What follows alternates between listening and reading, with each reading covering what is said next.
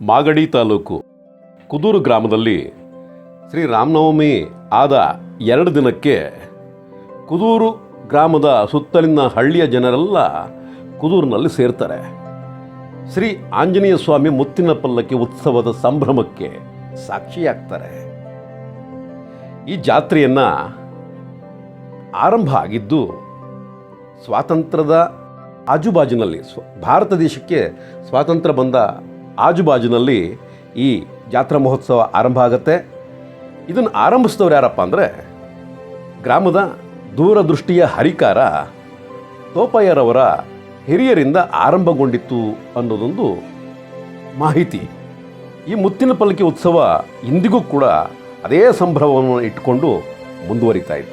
ಈ ಹಿಂದೆ ಮುತ್ತಿನ ಪಲ್ಲಕ್ಕಿ ಉತ್ಸವ ಹೇಗೆ ನಡೀತಿತ್ತು ಅಂದರೆ, ಕುದೂರು ಗ್ರಾಮದ ಈ ವಾಸವಿ ದೇವಸ್ಥಾನ ಅಂತ ಇದೆ, ಅದು ಅವತ್ತಿನ ಕುದೂರಿನ ಮುಖ್ಯ ರಾಜಬೀದಿ, ವ್ಯಾಪಾರದ ಬೀದಿ ಆಗಿತ್ತು.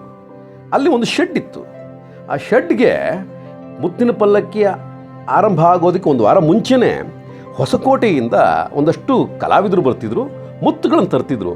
ಇಲ್ಲಿಯೇ ಮುತ್ತು ಕಟ್ಟಿ ಪಲ್ಲಕ್ಕಿ ಕಟ್ಟಿ ಮೆರವಣಿಗೆ ಮಾಡ್ತಕ್ಕಂಥ ಒಂದು ಸಂಭ್ರಮ ಇದ್ದಂಥ ಕಾಲಘಟ್ಟ ಅದು.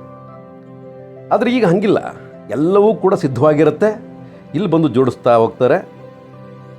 ಈ ಆಂಜನೇಯ ಸ್ವಾಮಿ ಮುತ್ತಿನ ಪಲ್ಲಕ್ಕಿ ಉತ್ಸವದಲ್ಲಿ ಗ್ರಾಮದ ತುಂಬ ಸಾಂಸ್ಕೃತಿಕ ಕಾರ್ಯಕ್ರಮಗಳಿರ್ತವೆ, ಸಂಗೀತ ಸಂಜೆಗಳಿರ್ತವೆ, ಕ್ರೀಡೆಗಳಿರ್ತವೆ, ಮಕ್ಕಳ ಆಟಿಕೆಗಳಿರ್ತವೆ, ಅರವಂಟಿಕೆಗಳಿರ್ತವೆ. ಇಂಥ ಒಂದು ಅದ್ಭುತವಾದ ಮನರಂಜನೆ ಕೊಡ್ತಕ್ಕಂತಹ ಒಂದು ಜಾತ್ರೆ ಕುದೂರಿನ ಶ್ರೀ ಆಂಜನೇಯ ಸ್ವಾಮಿ ಮುತ್ತಿನ ಪಲ್ಲಕ್ಕಿ ಉತ್ಸವ.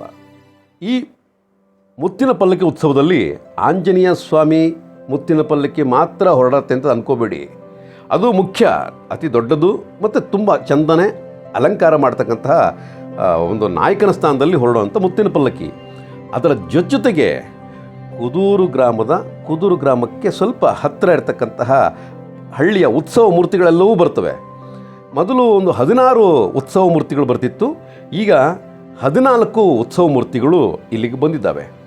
ಆಂಜನೇಯ ಸ್ವಾಮಿ, ಶ್ರೀ ಲಕ್ಷ್ಮೀದೇವಿ ಅಮ್ಮನವರು, ಚೌಡೇಶ್ವರಿ ದೇವಿಯವರು, ಲಕ್ಷ್ಮೀ ನಾರಾಯಣ, ಶ್ರೀರಾಮದೇವರು, ಕೊಲ್ಲಾಪುರದಮ್ಮ, ಮುದ್ದೀರೇಶ್ವರ, ಭೈರವೇಶ್ವರ, ಕೋಡಿಮಲ್ಲೇಶ್ವರ, ಈ ರೀತಿ 14 ದೇವರುಗಳು ಮಧ್ಯರಾತ್ರಿ 12 ಗಂಟೆಯಿಂದ ಬೆಳಗಿನ ಜಾವದ ತನಕ ಗ್ರಾಮದ ಮುಖ್ಯ ಬೀದಿಯಲ್ಲಿ ಸಾಲುಗಟ್ಟಿ ಒಳ್ಳೆ ಇರುವೆ ಸಾಲಿಟ್ಟಂಗೆ ಆ ಬರುವ ದೃಶ್ಯ ಅತ್ಯಂತ ರಂಜನೀಯವಾಗಿರುತ್ತೆ ಮತ್ತು ಆಹ್ಲಾದಕರವಾಗಿರುತ್ತೆ.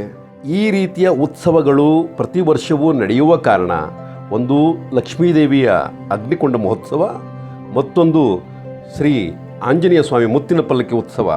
ಇಂಥ ಕಾರ್ಯಕ್ರಮಗಳಿಂದಲೇ ಕುದೂರು ಇಂದಿಗೂ ಕೂಡ ಆರೋಗ್ಯಕರವಾಗಿ, ಸಂಭ್ರಮವಾಗಿ, ಖುಷಿಯಾಗಿರೋದು. ಈ ಜಾತ್ರೆಯ ಸವಿಯನ್ನು ಸವಿಯೋಣ ಬನ್ನಿ.